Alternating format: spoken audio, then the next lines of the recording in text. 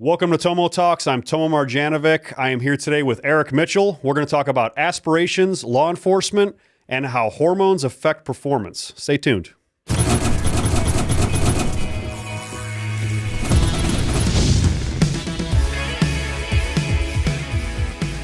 Eric Mitchell, thank you for joining me on Tomo Talks. I appreciate you coming on. Yeah, thanks for having me. I've known you for, we're talking over 10 years, because I got hired in Clearwater as a police officer in 2012. Yep. And we're now in 2022. Wow, crap. Yeah, time flies.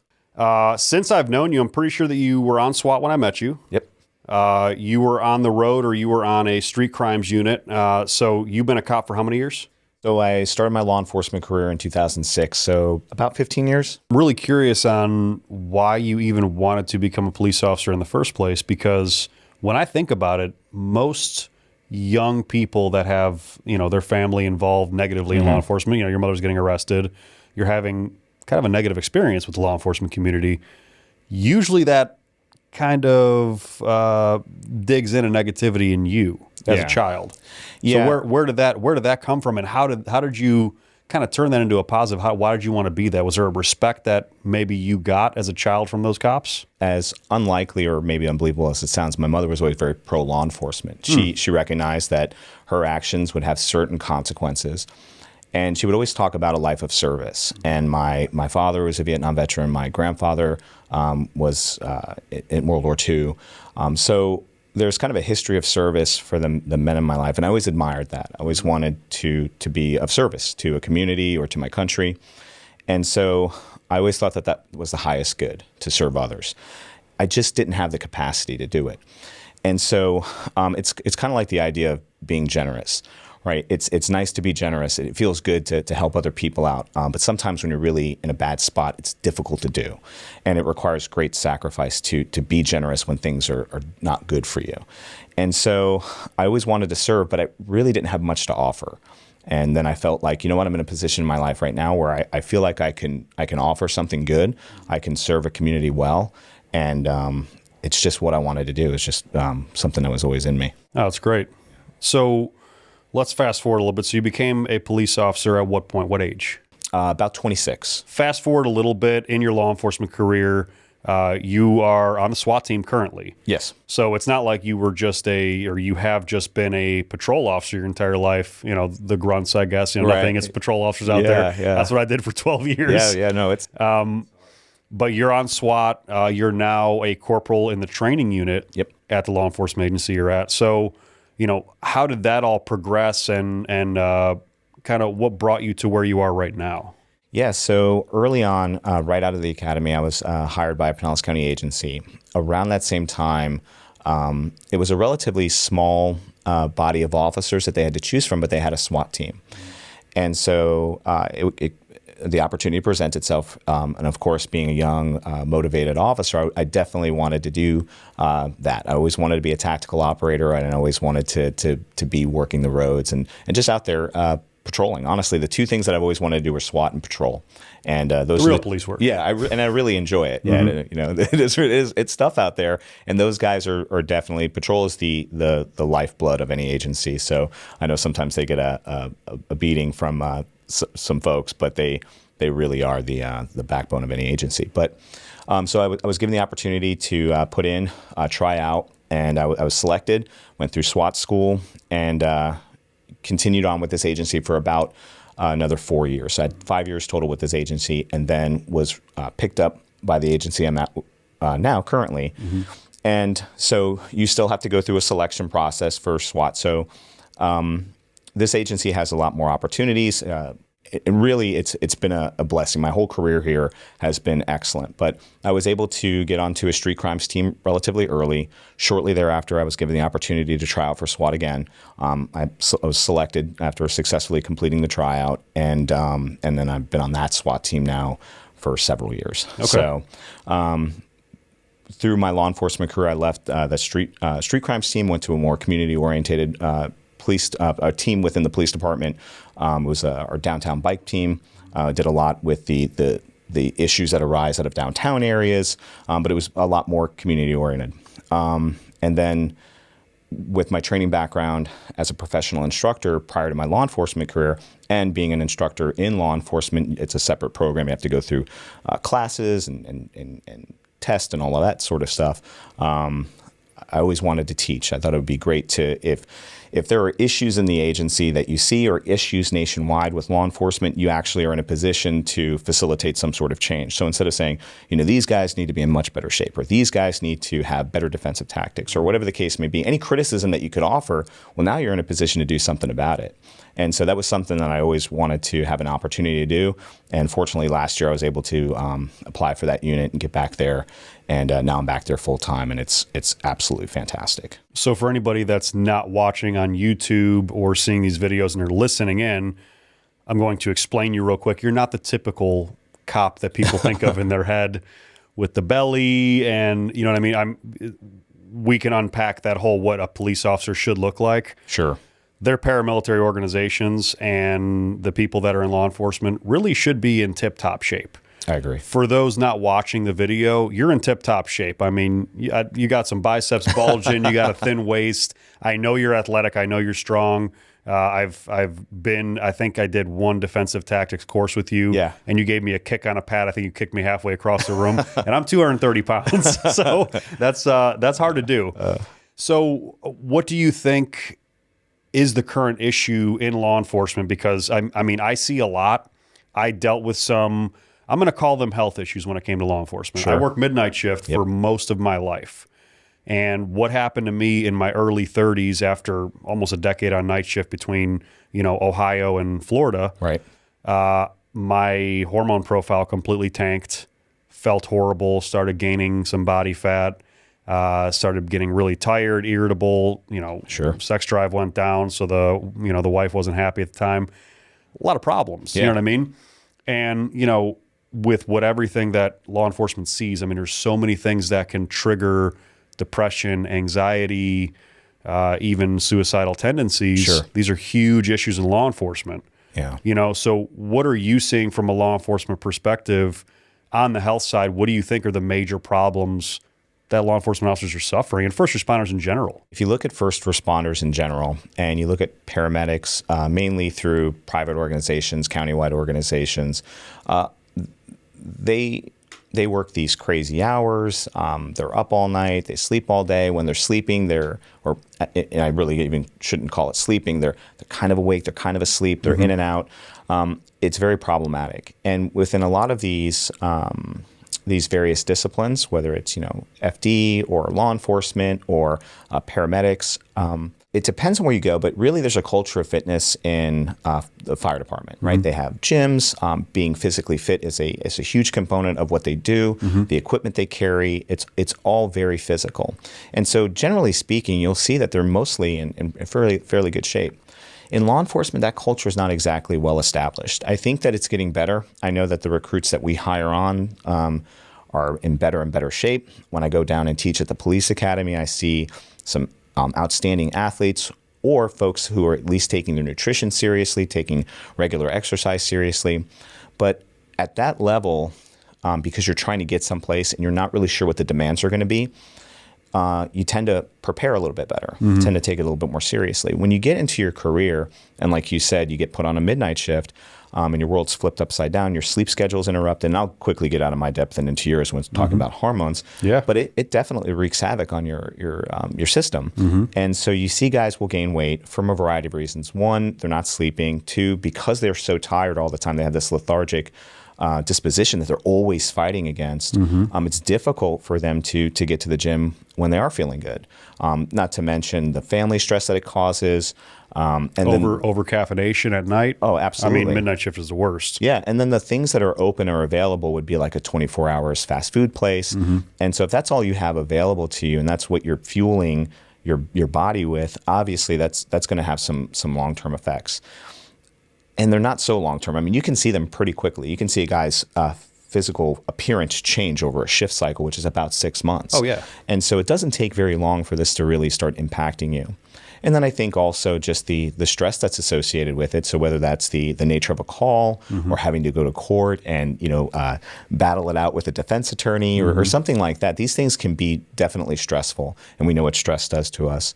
And then, sometimes that causes relationship issues, and those relationship issues will lead to depression. So these are it's a cascade effect. One thing leads to another. Sure. And it's pretty common in law enforcement. I do think that law enforcement as a whole has become more sensitive to these things, and I think a lot of places are trying to implement mental health assessment if they can. So, for example, if there's a traumatic incident, usually a supervisor will reach out and offer up some services because maybe you need some help navigating that issue, whatever it may be.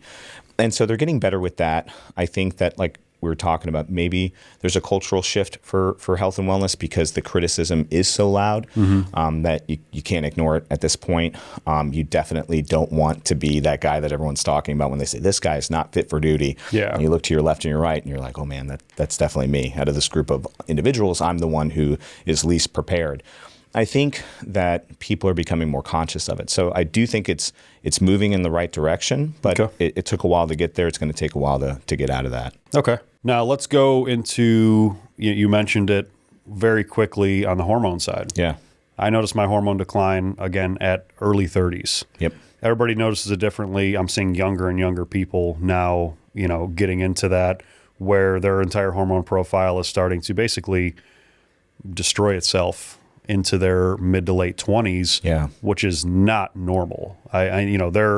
Their levels, men and women, their hormone levels are not what their mothers were, their grandmothers were, definitely not their great grandparents. Right. It's getting worse and worse, and it's the quality of food, it's the lifestyle, it's the massive amount of stress. I think, these constant visual stimulations and what we're constantly just being bombarded with, it's causing a lot of problems. Law enforcement officers, unfortunately, because of the lifestyle they live, and first responders in general, we can even bunch military into this. Sure. All of that will absolutely decimate your hormone profile, your adrenals, the way your testosterone works, the way that your body processes everything from melatonin all the way down. Yeah. So you noticed that at some point in your career. I did, yeah. Most law enforcement officers do. I think they just don't recognize it. Yeah, so I have, again, like I said, I've been a competitive athlete from a very young age to not so long ago. And so I was always relatively physically fit, or at least my physical fitness was at a level that it would reach whatever demand I had. So if I was competing in a certain event, I could compete well and not worry about that sort of thing. So my physical fitness levels were usually above average. But I did notice that as I was getting older, and I just kind of attribute it to that initially, I was having a hard time losing weight, like significant difficulty. Like I could be in a caloric deficit, I could be training hard and making good nutritional decisions and that sort of thing, and it didn't do anything. I was tired pretty much all the time, but I couldn't sleep. So here I am, like exhausted, but I can't fall asleep. I go to the gym, not see any gains, and I couldn't recover. So doing jiu-jitsu is vigorous, and you get a little dinged up. But usually you're sore for a few days and everything kind of works itself out. But I would remain sore for like a month. I just couldn't recover. And so I knew something wasn't quite right. And, you and I had spoken, when we were working together, and then when you transition from out of your law enforcement career into your current profession, we talked about this at length. And everything you were saying at the time made perfect sense. I mean, you were describing issues that might be associated with a hormonal issue or problem, however you want to phrase it. And it was like you were describing my life to a T. And I'm like, man, this is unbelievable. This is definitely something I need to look into. And you encouraged me to get the blood work done. And sure enough, it was something that needed to be taken seriously and checked. And immediately started a protocol, an HRT protocol. And the difference has been tremendous. My sleep immediately improved. That was one of the first things I noticed. I could sleep at night. My recovery became great. Some of the body fat that I was having a difficult time losing, I was able to lose through just, nutritional protocol and exercise. And it felt like I went from being a 50-year-old man to 25. I felt great. I felt alert. I felt focused. At work, I'd go into work, I'm enthusiastic. Like there was a new zeal for life. And I know that sounds maybe a little sensational, but really it was a night and day difference. I was I was definitely, I felt like I was pushing my life through mud. I was just everything was a struggle. It didn't matter what it was. Everything was difficult. And then you just you just kind of accept that at some point. You think, well, this is just, I guess this is just life, life's hard. And you just kind of move through it like that. But when I was able to see the difference and feel the difference and experience how good I felt, man, it was great. And it's not just the physical thing. And I always try to push this on everybody. It's not just the physical benefits, because people, as soon as you say HRT, they're going to associate hormones. They're going to say hormones, steroids. You're taking steroids. Okay. Let's back it down a little bit. And let's talk about what is actually going on in your body. Right. Your body is a well-oiled machine, and it is run on hormones. When you take the hormones out of your body does not run properly. Right. And you will literally start to degrade. You will literally start to slowly die and disintegrate until you have these age-related and degradation-related issues. Yeah. This is what aging is. So anti-aging sciences, anti-aging health, what is it? It's really hormone therapy. That's really what it is. It's optimizing your hormones to a natural optimal level. We're not talking about super physiological levels like bodybuilders have. Right. We're talking about optimal levels for a normal human. We get you to that level, and your body operates like a younger person. Right. What was everything like when you were younger? Everything worked better. Yeah. You know what I mean? You slept better. Your sex drive was better. Your energy was better. Your everything health-wise was better. So if we were to pull up your lab work from when you started, when you had a hormone decline, you probably had a lot of other markers that were probably a problem. I did, actually. Cholesterol and triglycerides and everything, even though you're eating healthy. Your body isn't processing things properly. And then when you optimize it, okay, yes, your hormones are now on better levels, but so is everything else. Yeah. Yeah, and I think what you were saying about the psychological component of that, I think that sometimes, like you said, people will draw their conclusions and make their assumptions and say, well, that's just this. And that's fine. I understand the assessment. However, I know how I felt psychologically. I felt burdened quite a bit. Just always burdened. Everything was hard. And when everything's difficult, it's exhausting. Not just physically exhausting, but psychologically exhausting. And then going back to what I was saying, feeling that level of exhaustion all the time, not being able to sleep, not being able to rest, not being able to recover, and then realizing that there was something physiologically not firing correctly, and getting that rectified was such a game changer for me. And I get my blood work done on a regular basis. None of my numbers are crazy. Like you were saying, there's nothing super physiological. No. Everything's great and balanced. It's right where it should be. And therein lies the difference. When you're operating the way you should be, everything works better. You're driving your car and you got a flat tire. You can drive it. And you'll get where you're going, but there's going to be associated issues. When everything's operating the way it should be, it makes the trip all the more pleasant. Yeah, and the mental health aspect of having optimal hormones, I always make the link, and I will continue to always make the link on the depression and anxiety, and even going into suicide. I'm not saying that this is the case with every single person, right? But I notice it the most in first responders and active military and veterans. Yeah. Their hormone levels when they have a problem, with everything involved in what they've seen, what they've done, the career that they've had or currently are in, all of those triggers that are causing these massive amount of stress, anxiety, depression, all of these symptoms, they lessen and they're able to cope with all of these issues better when their hormones are in line. Yeah, if you look at the data, and the last study I read was from 2019. I haven't read any more recent studies, but the leading cause of death for law enforcement was suicide. It wasn't being ambushed. It wasn't something that you might associate with law enforcement, a shootout or something dramatic. Sure. It was something sinister, and it was something dark and private and personal that nobody could see. A lot of the times they couldn't see. And I think that the stress of the job, all of the factors that we just discussed, the lack of sleep, some of the gruesome images that you see and then cannot unsee, the circumstances that you're in, I think it definitely contributes to that. We know that physical fitness, I read a recent study from PubMed, they were saying that exercise, vigorous physical exercise, is as effective as treating depression as an antidepressant is.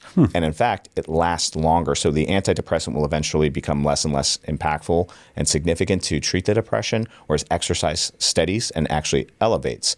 So I thought that was interesting. But if you're exhausted because of a lack of sleep or because your hormones are not optimized, getting involved in a physical fitness program is difficult to do. So these things are all interrelated. And if you're optimizing your hormones, training regularly, many of those associated issues, again, like you said, it doesn't cover everything because some of those things are much deeper and darker than that, but it definitely could help. It certainly wouldn't hurt to be optimized and physically well. And the law enforcement community, unfortunately, this is still kind of looked at negatively. So I know that you're a big proponent of this, obviously, because you've seen the benefits. Right. You're a living testament. People that will see this video, you're a specimen. And how old are you? 43. Yeah. You're in better shape than most 20-year-olds out there right now. You are. That's just what it is. You look at some 20-year-olds, even athletes. You're in better shape than them. Why is that? Number one, you work really hard. I watch your workouts. You are putting in some work. So you're putting in some work. You're eating very, very well. Very high quality food sourcing. You're making sure you're not eating processed junk, everything like that. So all these things tie into a big picture. It's not just one thing. It's not just, hey, optimize your hormones and everything's going to be fine. There's a lot more to it. Yeah, certainly. I think sometimes that's the common propensity is for people to just say, oh, well, yeah, if you're on a TRT protocol, then certainly you're going to have all the success. You definitely have to train hard, or train smart, train effectively, whether it's hard or not. I guess that's a little subjective. But train well, train effectively, monitor your nutrition, and all of the things that you just mentioned are very important. Eat high quality foods with a purpose. All of these things come together to make your life as a whole much better. When you feel good, physically, it's easier to get out there and train. When you're training and you see the results, that's inspiring. It helps you to push further. When you look good, you feel good. Those sorts of things. All of these things have been true, and I never really paid much attention to that until I was getting a little older and was losing that. I feel good. When you lose that ability to feel good, or you're just feeling everything's laborious, it really does just drain the life from you. And then when I see that if you optimize your hormones, eat clean, exercise regularly, the way you feel and how that impacts the people around you, me as a father, as a fiance, as a friend, I better serve my family. But even going back to my original point about why I got into law enforcement, I can now train up the new recruits, train up my fellow officers with a greater zeal and enthusiasm because I do feel good. I do feel focused. I do have those energy levels that are necessary to facilitate that. And basically made you a better you. Yeah, absolutely. I mean, I don't want to say it like so bluntly, but it kind of is that. No, that's exactly what it is. It makes you a better version of yourself because you were a lesser version of yourself, unfortunately, to no fault of your own. Right. It's part of the aging process. Right. So, we're now living to a pretty late age, right? We're living into our 80s or 90s.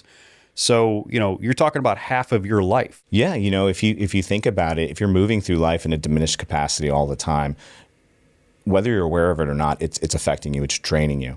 And then when you maximize your capacity, there's a noticeable difference. And it's not just for you, it's for the people around you. So I know that, optimizing my hormones, monitoring my blood work, making sure that I follow a healthy nutritional protocol and train effectively, this has made the lives of the people that I impact on a regular basis much better too, because I can treat them better. I can, you were saying about when you're on midnights, you get real tired or irritable all the time. Oh yeah.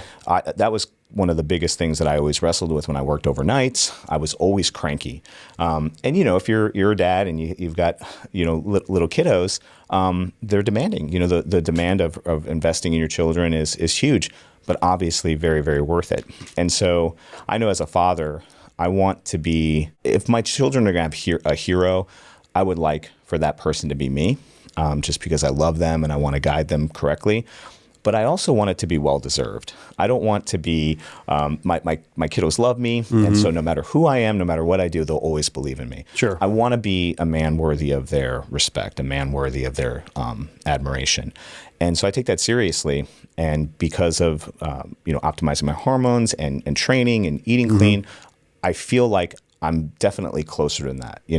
I might not be, I'm certainly not the ideal man by any stretch of the imagination, but I want to be a good man for my sons to follow. Yeah. And that's very important to me. I want to implore everybody, not just people that are first responders or, military or anything like that, to really go after their primary care physicians, their doctors, everybody that they talk to on a medical standpoint, because a lot of times all these issues that you just said, all these problems that come along with aging and, with working the type of career that you work, a lot of doctors will automatically dismiss it and say, you're just getting older. Yeah. And I want everybody that's listening to this to question that.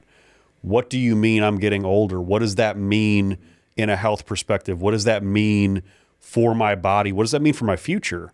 It's funny to mention that because I did mention these things to my doctor initially, and much of what their response was, if I was having a hard time sleeping, well, we can prescribe you Ambien and that will help you sleep. Or, I am feeling tired and lethargic, and they would just recommend taking a nap. And I think, well, that's a nice idea. Naps sound great. However, I'm just not very good at them. And, I can't sleep. That's a problem. I don't want to take, a drug to sleep. I'd like to sleep naturally, let my body go through its natural processes and heal and be well. I think that sometimes, and I'm certainly no medical expert, but I think sometimes modern medicine drops the ball a little bit. Their answers are a little bit too simplistic. You're tired, you should sleep more. I think unfortunately the medical system now, especially in the modern medical system, it's so dictated by pharmacies, by Absolutely. big pharma, by drug companies, and these doctors are pushed to do these things. Sure. And they're actually being taught that in medical schools. What people don't realize is the medical school literature is being sponsored, funded, and written by big pharma. You know what I mean? It's the same people that are telling you that are pushing the drugs on the business side, which I get it. Some of these drugs are very effective. They work very well. But if you're teaching these doctors from day one in school that every single symptom has a medication, right? What are they going to do? They're going to treat every single symptom, and then the symptoms that come from the negative symptoms that come from those medications. Here's some more medications. Next thing you know, you have a grocery bag full of meds that you're taking from a problem that may have stemmed from fixing one hormone. Yeah. So that's where I really am pushing the mainstream medical community and pushing the medical community in general. I want to get this out that, preventive medicine and anti-aging and really the way that our body should work can be put into a model where we use hormones and we use general health perspectives, diet, exercise, things like that, to cure the underlying issues that are actually happening in America. The biggest problems in America right now: obesity crisis, diabetes, mental health. Mental health is huge right now, obviously, especially after the whole COVID thing. Oh yeah. And I mean, we can go down a rabbit hole on the COVID thing, what happened in law enforcement. Yeah. Suicide rates went through the roof. Yeah. I mean, you basically took a bunch of people that were extremely stressed out anyway, and now you just amplified that by 200 times, right? Yeah. Yeah. When that whole thing began, it was a lot of uncertainty because the initial thought was, wow, this is going to be terrifying. Some really horrible things are going to happen. And so when we would get a call and there was something related to it, it was pretty unnerving. So, and then just the way society was functioning, we're all part of society too. It's not as if law enforcement operates outside of that. Many spouses weren't able to go to work, being, on lockdown or being in close proximity all the time, having no access to gyms, these sorts of very important things that are good for wellness. A little time alone, can't get that because you're always kind of together, going to a gym and letting off some steam, getting a workout in, feeling good and reinvigorated. That's off the table. So many of the healthy coping mechanisms that were in place were gone. Yeah. And so it did become very problematic. And I do think it definitely led to, it certainly doesn't help if you're struggling with depression to be in an environment like that. Yeah. So the one thing that I do think the entire pandemic helped is it kind of made everybody realize that mainstream medicine, the medical community, maybe isn't always the best option. Right. Yeah. I have noticed a reemergence of looking at things in a different perspective. A lot of focus on diet, a lot of focus on what we're eating, a lot of focus on food sourcing, focusing on exercise, and then focusing on things like what my companies do, what my clinics do, on focusing on underlying health issues to solve all of the other health issues that you're having. Yeah. They're now not trusting the medical community, the mainstream medical community, as much. And it's also causing a lot of doctors to rethink their methods. Yeah. Maybe we shouldn't be prescribing every little symptom a new drug. Maybe we should look at the underlying issue and find out what's actually causing all these problems. And I keep telling people a lot of it caused by hormones. We are miraculous machines. Whether you want to believe in science or God or whatever your beliefs are, we are made extremely perfect. Yeah. We operate as a perfect machine. But when you take one little piece out, things will go haywire. We are highly adaptable organisms, but it works in the inverse as well. If something negative is impacting a component of you, it's going to affect most of you. And so I think, especially like we were saying, if you go to a doctor and you get your blood work done and there's something amiss, they'll prescribe a medication that will help address that issue. But again, there are other methods in which you could address that are healthy and beneficial, not just to that issue that you have, but some corresponding issues. If you do have high blood pressure or cholesterol, you can modify your diet, you can increase your exercise. Those things will not just not only address the issue that you had medically, but other issues that maybe you're not talking to your doctor about, or maybe you're not even aware of issues.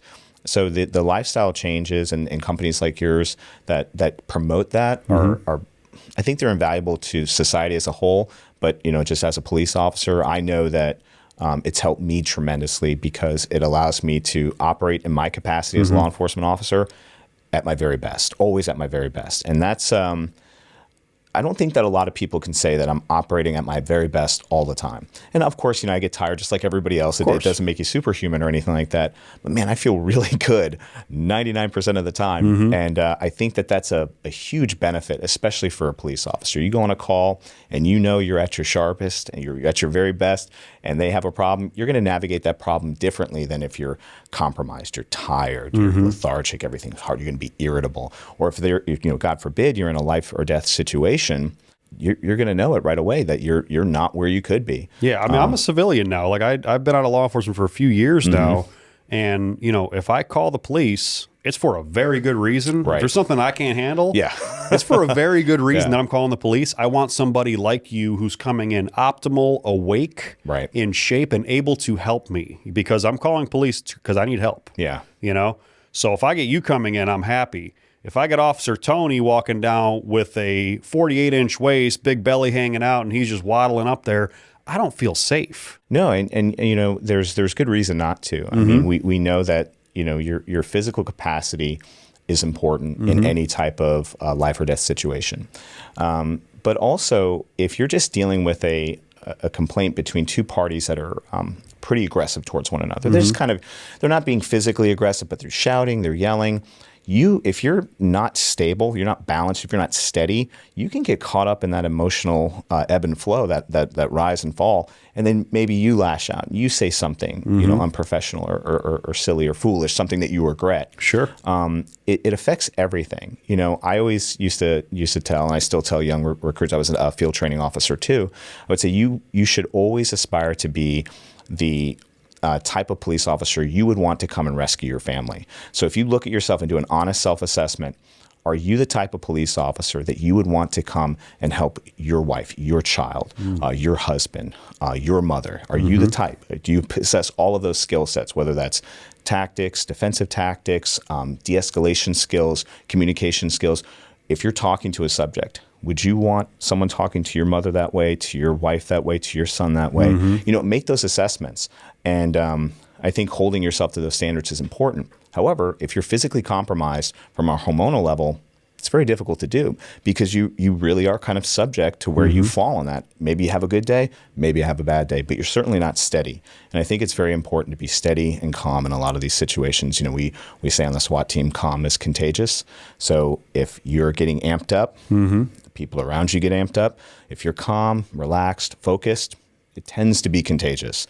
And that's what we're trying to do when we go to a situation. We're trying to de-escalate everything, bring everything to a calm, peaceful resolution. And it's difficult to do that if you're in utter turmoil internally, you know, whether that's psychologically or physically, it can be problematic. Yeah, that's absolutely excellent. Well, I will say that everybody in the country, everybody in the world wishes police officers that are coming to their door, that are coming to the rescue, have your type of attitude. Thank you. Have your type of physicality, your knowledge of how all of this works. This is really important for society. So thank you for being that kind of police officer. Thank you for teaching that to the younger generations of police officers. Thank you for your service. Thank you for coming on the podcast, man. I appreciate it, man. I think it's my pleasure.